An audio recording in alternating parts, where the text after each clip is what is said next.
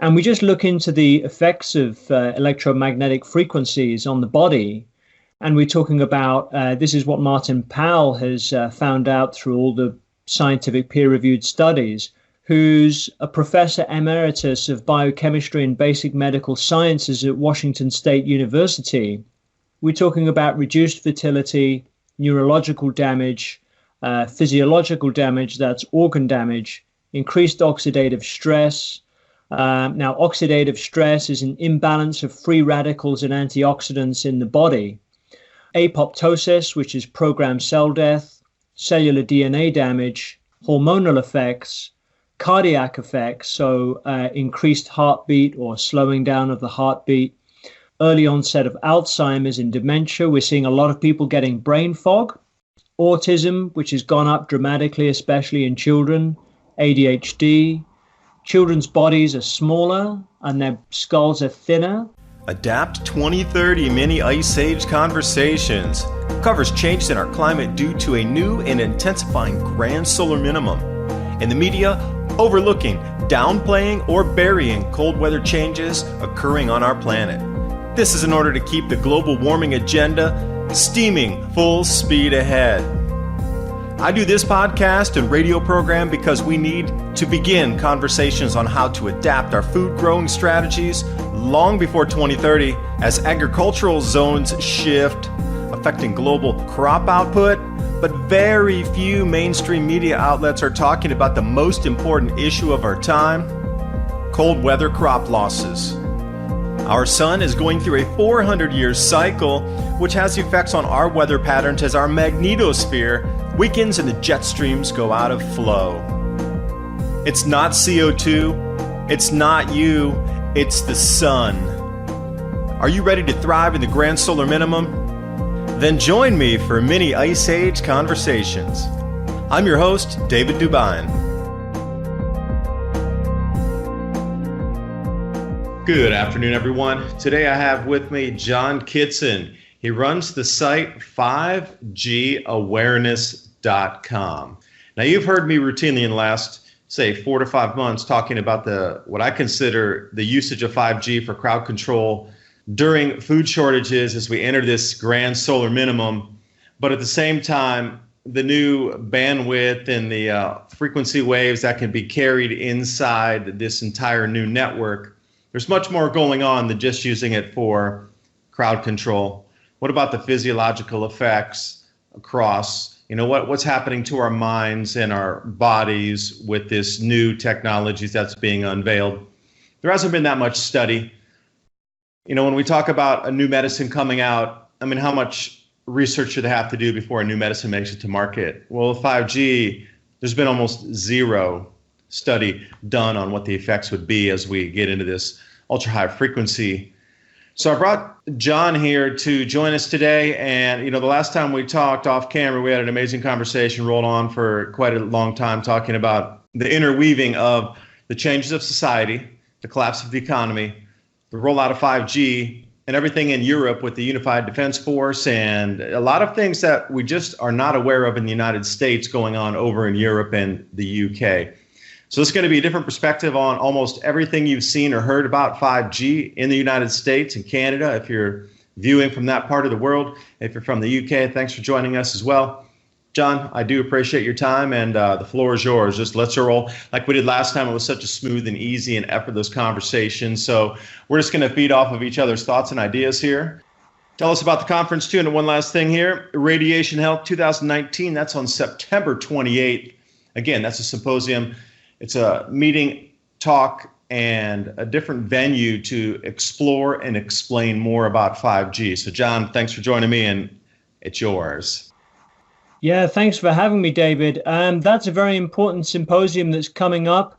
You're going to have a lot of doctors and scientists there speaking about 5G, what exactly 5G is, and the threats regarding the health impacts on all of us. So that will be on Saturday, the 28th of September, 44 Hallam Street in London at 9 a.m. So, yeah, please make it if you can, anybody who's watching this. Dr. Martin Powell recently gave an outstanding interview on the 5G Summit, And you can find that linked on my website, 5gawareness.com. And he basically went into what 5G is and the health impact of 5G on biology. So 5G, what a lot of people don't know is that the base coverage of 5G will be below 1 gigahertz. And this will be rolled out through our street lighting system, ranges such as 868 megahertz that Mark Steele's talked about, which have been used in military for scanning. And 5G basically stands for fifth generation, so it's a lot more of what we already have. And it's everything connected with antennas, creating this mesh of radiation like fridges, bins, boilers, thermostats, smart TVs, heaters, your Amazon Echo, Wi-Fi, and then a lot of this smart technology. So smart cities, smart watches, smart phones, smart meters, smart motorways, smart street lighting systems. So it's going to cover absolutely everything communicating with everything else. And then on top of the sub-gigahertz range, you're going to see the higher frequencies being phased in. So your 1 to 6 gigahertz, all the way up to 80 gigahertz, which includes phased array, which they use in the military and they've used for crowd control. And it literally is firing like a microwave beam at you, and you feel your body heating up. It's very toxic indeed. And all we need to do, David, is just have everything going through fiber optic cables to make it safe. We don't need it all around us, penetrating through our bodies. If we have it in cables, we'll be a lot better off. But what was, most interesting is the points that Martin Powell, who's a professor emeritus of biochemistry and basic medical sciences at Washington State University, and he made a statement that putting in tens of millions of antennae without a single biological test of safety has got to be about the stupidest idea anyone has had in the history of the world. And speaking of cycles, my new book with my co-author Bill Porter, Climate Revolution, a must-read for understanding our sun-driven climate. As we progress deeper into this new Eddy Grand Solar Minimum, weather extremes leading to global food scarcity and higher food prices are here now. This book describes the expected changes, how to survive and thrive during future challenging times, and also practical preparations. The entire book is interactive with over 250 links, so you can click and go out to the scientific aspect of what we're talking about with the repeating cycles in this Grand Solar Minimum. The science is explained so you understand the mechanisms. The solutions are there because we know we're going to face these exact same problems again that were faced in the Maunder Minimum, the Sporer Minimum, the Wolf Minimum. Find designs for building greenhouses, grow guides, beam soil techniques, as well as bioreactors to create your own growth hormones for the soil. Available now, the new Adapt 2030 Climate Revolution. The link's in the description box below. And we just look into the effects of electromagnetic frequencies on the body. And we're talking about, this is what Martin Powell has found out through all the scientific peer-reviewed studies, neurological damage, physiological damage, that's organ damage, increased oxidative stress. Now, oxidative stress is an imbalance of free radicals and antioxidants in the body. Apoptosis, which is programmed cell death, cellular DNA damage, hormonal effects, cardiac effects, so increased heartbeat or slowing down of the heartbeat, also cardiac death, early onset of Alzheimer's and dementia. We're seeing a lot of people getting brain fog, autism, which has gone up dramatically, especially in children, ADHD. Children's bodies are smaller and their skulls are thinner. So in a lot of primary schools and schools now, you're seeing increasing depression, mental health problems among children. They're much more sensitive to this, and they're getting bombarded constantly with Wi-Fi, smart meters in the schools.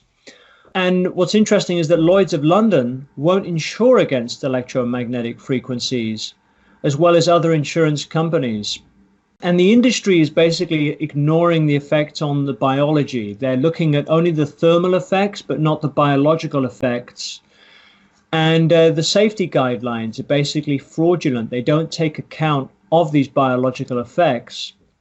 And there are about 14,000 studies that show harmful biological effects well below the safety guidelines. And also there's the issue of electric cars, that you're going to have about a dozen different devices inside these electric cars giving off electromagnetic frequencies. And you're inside this electric box, you're in a metal container. So they're bouncing around inside, hitting your body.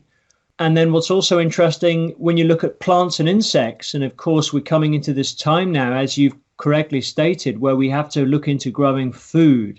We have to look into food growing systems to look after ourselves and get familiar with plants, food that we can grow. Well, electromagnetic frequencies are very toxic to plants. Now, plants and trees, their reproductive organs are very highly exposed because they're basically based outside of the tree, on the surface of the tree and on the plants, and they're more exposed to these frequencies. So we'll see the impact in trees and insects first. Of course, we've had the massive decline in insects. With the decreasing magnetosphere on our planet here, with this magnetic pole reversal in play, our magnetic field or magnetic shielding across our Earth is declining to the rate now where there's quite a bit more cosmic radiation penetrating in and actually striking us, galactic cosmic rays. So in addition to what you're talking about with all the, frequency fields around us and the different types of radiation, we're going to have yet another entire layer on that of the buildup and increase in natural galactic cosmic radiation, because stepping forward in next year and then the next year and, looking out into 2025, 2028, our magnetic field is going to be multi-percentages less than it is now. So how do you feel that the coupling of the, I guess it's like an amplified effect, if you will, on top of what is coming naturally and then also what is coming man-made? So what do you think about the double effect that might occur during this time? Oh, it's going to be pretty devastating, really. I mean, our bodies resonate most with the earth, with something called the Schumann resonance. Some of the best things we can do is to ground. When we're connected with the earth, we're a lot better off. But when we have these things flying around in the air and then coupled along with this natural cycle, with the air becoming more ionized, it's going to be much more intense. So it's exactly as you said in your talk before, that they're sort of adding to this natural cycle. They're taking advantage of it to really maximize the events and make all this stuff happen. Yeah, I mean, the thought comes across my mind that if we don't stop this, then potentially we could have to be living underground to survive it. Yeah, and that talk that is being referenced here is Ian Crane when he sponsored the event Alternative View 10. And you were there as well, myself. And the talk I gave, you can actually find online there. If you go to Alternative View 10, you can purchase that. I think it's a couple dollars to watch it. But it was about the amplification and the ionization in the atmosphere, and geoengineering programs also piggybacking and riding on top of a natural cycle to amplify and get a larger output. And my comparison was in the 1990s, when our magnetic field was, at 100%, much stronger than it is today. The sun was at, full output. The amount of effect that they would get from using nanoparticulates in the atmosphere and then trying to electrify those to get bounce radio waves and do military applications was far greater reduced output than they're getting now for even a quarter of the amount of input that they're putting in, just because there's so much change that's occurred in our atmosphere in terms of just a natural cycle. But then you can ride on top of that and amplify effects. People are really aware down more where you are in the UK than we are in the United States. So you have people coming by the house, you're putting together symposiums, talks, organizing people around your local area, getting more awareness out there. And how long did it take you to get those first couple people to start talking about it to where you are now? You're holding your own events. In the United States, we're not aware of really what's going on with this full 5G rollout. Maybe the UK is smaller, and that's why there's much more understanding. Because when you're trying to go across the entire United States, 3,000 miles this way, 1,500 miles this way, everybody's disconnected. They're all fighting with each other. Everybody's so distracted. And then Some other types of companies will roll in and go, hey, 5G. And they're like, oh, okay, great. I don't know anything about it, but it sounds good. Faster internet, cool. That's all they know, because there's been a very deceptive effort in the United States to keep this under wraps. And even in the congressional hearings, they kept trying to dodge the questions, avoid the questions. They admitted there was no studies done medically as to what happened after they rolled out this full system. And it was just, we need to hurry. It's a multi-billion-dollar business, and if we don't get it now, China's going to jump in front, or somebody else is going to jump in front. So we need to move now. And that's what they kept saying, is you're leaving money on the table. You're leaving money on the table if you don't go for it. And that's kind of what Americans know about 5G, unless you've done a little more study. And I'm happy you did. And you've really put the pedal to the metal here and getting awareness around where you are. So it's awesome that people are even coming up to talk to you in your own home. Thanks. Yeah, I mean, I do what I can. I've basically been at it for about a year now. Since I held my first major event, which was in Buckfast Lee, I invited Ian to come and speak. And we had 250 people, and 50 people couldn't actually get in the door. So we had to turn them away because we just couldn't get them in the hall. And then I said to Ian, I said, hey, look, maybe we should go around the country. And he set up his tour. And then I'm also going around on my side and just trying to wake people up. And the most recent talk I did was in Manchester, where I was invited by a lady, Gemma, who runs something called the Sustainability Diaries. Now, you had speakers on there talking about sustainable development, plastics, solar panels, renewable energy, but they didn't have a clue about 5G. And of course, their take on climate change was that we're facing this devastating global warming that's largely man-made. And then, of course, halfway through my 5G talk, I explained to them, well, actually, this is a front because we're getting told that we need all of this technology, the 5G, the smart meters, all of this is being pitched as reducing the carbon footprint, right? And it's going to benefit us in this way. And this is why we need all this technology. And actually, we're being duped, and carbon dioxide is being wrongly demonized. TrueLeafMarket.com. I really want to talk about growing your own food, which will be a necessity moving forward. And there's so many ways that we can go about growing different types of vegetables that we're going to need. Microgreens are incredibly nutritious. They're super fast to grow. In less than a week, you can have something that you can eat. Also, sprouts. We can get those a little bit taller, a little more dense, a little bit larger volume on the vegetation mass coming off of there. So how do you know what kind of sprouts to grow? How about wheatgrass or herbs? What about different types of herbs that we can add to our foods? Now, what I just described to you, there's a full range of starter guides there at TrueLeafMarket.com for you to take a look at. Even if it's just for your own knowledge and you don't purchase something from them, at least get the information so you know how to grow microgreens, you know how to grow sprouts, you understand what some of the herbs are for. TrueLeafMarket.com. Use the link below and give yourself the gift of organic and heirloom seeds. Yeah, they're just getting away with it. And they're actually using children in adverts now to promote smart meters. It's outrageous. Yeah, let me drop a point in there. At the bottom of those large masts, there's two cooling towers in it. Because, I sat there and listened to Mark Steele's talk in awe. 95% of what he presented in there about how this 5G works and how it's cooled because it runs at such a high frequency that there's cooling boxes beneath the tower itself. Now, I'm thinking the amount of production and materials that were needed to create the system, the amount of cooling that's going to be needed, how much fossil fuel is going to be burnt just to run this system, and how much carbon dioxide is going to be pushed out just to keep this system cool. Forget the running of it, keeping it cool enough so it doesn't ignite because of the high bandwidth and the frequency on those towers. They want to talk about CO2 mitigation, yet they're rolling out a system that needs to have another cooling tower every 1,000 feet or something. It makes no sense whatsoever. That's it. Well, it doesn't. And that's one of the great arguments you can use when you're facing some of these people who are, greens and they really care about the environment. You say, well, actually, let's look at the devastating effect it's going to have on the environment and on trees. And I think that's a really important direction to take, is that they're cutting down millions of trees in the UK, David. And of course, we need trees for oxygen. Trees support a lot of birds and nests and Yeah, without them, we're going to have a devastating effect on the ecology of this planet. So it's a really serious issue. But with 5G, I mean, you've got Dr. Martin Powell. He's basically said that he estimates that in 4 years, we'll have population crashes throughout the industrial world. And within 1 year, I think this was 2016, 2017 timeframe, Singapore experienced a 31% drop in reproduction.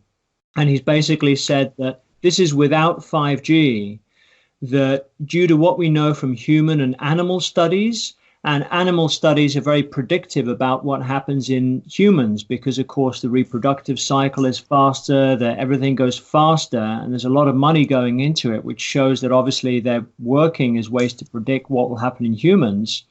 From those studies and from what we know from human studies, we probably have about 5 to 7 years until our collective brain function will crash based on exposures we have. And that's without 5G. But with 5G, he stated that it might just take 4 to 6 months. And he said that, we have to block 5G and further expansion of 4G. And what we really need is these lawsuits coming through. Unfortunately, there are a lot of young people, and that obviously they care about the environment, but they're being duped by this climate change argument. And my direction with the younger generations, because a lot of our 5G events attract people from older age ranges, so 50s, 60s and up. But with the younger generations, I just really make it known to them that I really care about what's happening with the planet. And I'm giving them this information because I care. And it's going to be uncomfortable for them to listen to, but they really need to know it. And then I start explaining about what's really happening with the changes in the temperature, and that it's the opposite of what they're really being told through the mainstream media. But we're up against the mainstream media, so it's not an easy battle. Yeah, and the timelines really are succinct and are very telling. There's this mad rush to get 5G rolled out by 2023. Mm-hmm. That's the same years that, most myself and most people in the Grand Solar Minimum community put it the first year of absolute catastrophic crop losses where there just won't be enough food to feed everybody on the planet. Well, at this point, you're going to have the micronutrient and the nutrient deficiency in your bodies and all the other effects of the radiation around you.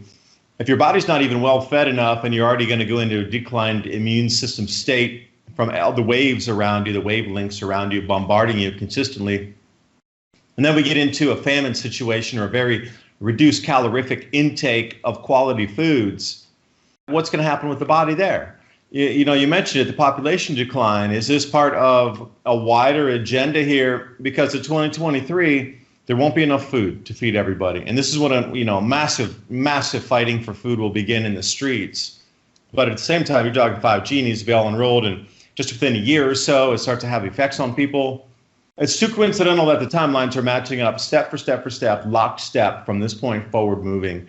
It just doesn't make sense that they could be that coordinated, that intertwined, and that intersynced without some other nefarious purpose built into this whole grid system here on 5G. Yeah, I completely agree with you. I mean, it just goes to show that, with the amount of propaganda that's pushed forward, the more we really try and resist. I mean, when I got started with 5G, I initially held an event in Totnes, and it was only a couple of months later when then Extinction Rebellion started to making a lot of noise on the mainstream media. And we've had situations like this where Mark Steele and I have tried to hold an event, and then something else has kicked off all of a sudden at the same time, like the Extinction Rebellion gathering. You couldn't make this thing up, But there are these control systems coming through, and we're being told that, oh, it's great, it's going to be sustainable. The United Nations, they're looking after us. But when you find out things like you have the International Telecommunications Union, which actually puts money into the United Nations, and the United Nations, their sustainable development goals are actually, we're told they're beneficial for us, then why do they include the recommended rollout of smart grids everywhere? And that technology is causing us harm. And it's not just some old conspiracy. We have hundreds of doctors across the world campaigning against this, saying, look, this is causing us harm. So people have really got to engage with their critical thinking skills and, look outside the TV and start really investigating for themselves here. Because, I would say, yeah, it's not coincidental. I think all these things are being intertwined. And if we don't deal with it, if we don't raise the awareness of everybody else and connect with those other people who are like-minded and share this information, we're not going to have a chance. But we are building momentum, and we've just really got to keep that going. Extinction Rebellion. A lot of people in the States are not familiar with Extinction Rebellion. You might hear it in passing, but to define it, if you were to walk up to somebody with a microphone on the street and, give them a quick interview and say, hey, what's Extinction Rebellion? They might say, aren't they trying to save polar bears or something like this? That's all they pretty much know. There's very little information about it. It's a worldwide phenomenon, if you will. But can you define it a little more for persons here listening that are in the States about what you see it as and how you perceive the narrative moving forward and what they're trying to accomplish? Because what you're seeing over there in the heart of the epicenter is so completely different than what we're getting on a news feed out here in North America. Yeah, sure. So most people, will perceive them as being eco-activists trying to save the world, warning about global warming, reducing CO2 to net zero, and then appointing some sort of citizens' assembly, which is what they want, to then start making decisions on the environment. What I see it as is basically it's a movement that's been set up with funding from the government or from other areas. Of course, the telecommunications companies, you've got all these companies as well that are putting money in, these so-called green companies that are pushing driverless cars, electric cars, smart grids. You've got something called Extinction Rebellion Business. Extinction Rebellion posted about this a while ago. So what this is, it's actually a control system to get us off gas, to get us on electric. They want us all on electric. Now, Deborah Tavares, who obviously you conversed with at Ian Crane's Alternative View 10 event, she talked about this, about the banning of gas. It's come out in the newspapers here that they're planning to ban gas stoves by 2025.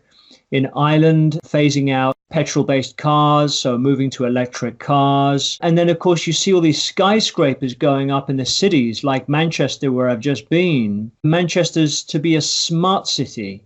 You're going to have people living in these skyscrapers being bombarded with all of this radiation from the technology. And they're not going to have their gardens anymore, they're not going to have their land. It's a great way to control people. And a lot of this technology that's coming in, the smart meters, the surveillance cameras that are going up, it's basically a control system that they're bringing in. That's what the Sustainable Development Goals are about. It's pushed by the UN, the Rockefeller Foundation, they fund the UN.